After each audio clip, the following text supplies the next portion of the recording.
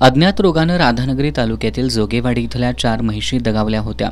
पशुसंवर्धन विभागानं या 4 म्हैशींसह आजारी जनावरांच्या रक्ताचे नमुने पुणे इथल्या प्रयोगशाळेकडे पाठवले होते। या प्रयोगशाळेच्या आवाहनानुसार घटसर्प अथवा विषबाधा झाली नसल्याचं स्पष्ट झाल्यानं पशुसंवर्धन अधिकारी डॉक्टर महेश शेजाळ यांनी जोगेवाडी इथल्या गोठ्यांना भेट देत जनावरांची तपासणी करत व्यवस्थापनाविषयी माहिती घेतली।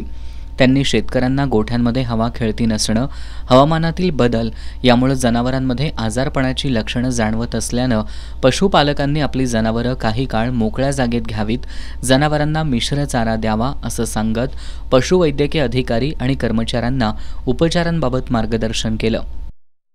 गोठ्यांची पाहणी केली असता गोठे बऱ्यापैकी बंदिस्त आहेत, तर गोठ्यांमध्ये हवा खेळती राहील यासाठी गोठ्यांना असलेल्या खिडक्या किंवा दरवाजे दिवसाच्या वेळेस उघडे ठेवणं गरजेचं आहे। त्याच पद्धतीने साधारणतः 11 जनावरं आजारी आहेत, त्यातली 6 जनावरं कव्हर झालेली आहेत, 5 जनावरं अंडर ट्रीटमेंट आहे। डॉक्टर पाटील मॅडम आणि त्यांची संपूर्ण टीम या ट्रीटमेंटचा कार्यभार सांभाळत आहेत। जे आपण रक्त नमुने घेतले होते त्यामध्ये घटसर्प किंवा विषबाधा असं कुठलंही आलेलं नाही। तर सध्या सीझन चेंज होतोय, पावसाळ्याकडून आपण थंडीकडे चाललो आहे आणि भाद्रपद महिन्यातलं ऊन जाणवत आहे, त्यामुळे उष्णता आहे। तर गोठ्याची थोडीशी गोठ्यामध्ये हवा खेळत राहील याची सर्वांनी काळजी घ्यावी आणि कुठलीही आजारी जनावर आढळलं तर डॉक्टर पाटील मॅडम यांच्याशी तात्काळ संपर्क साधावा।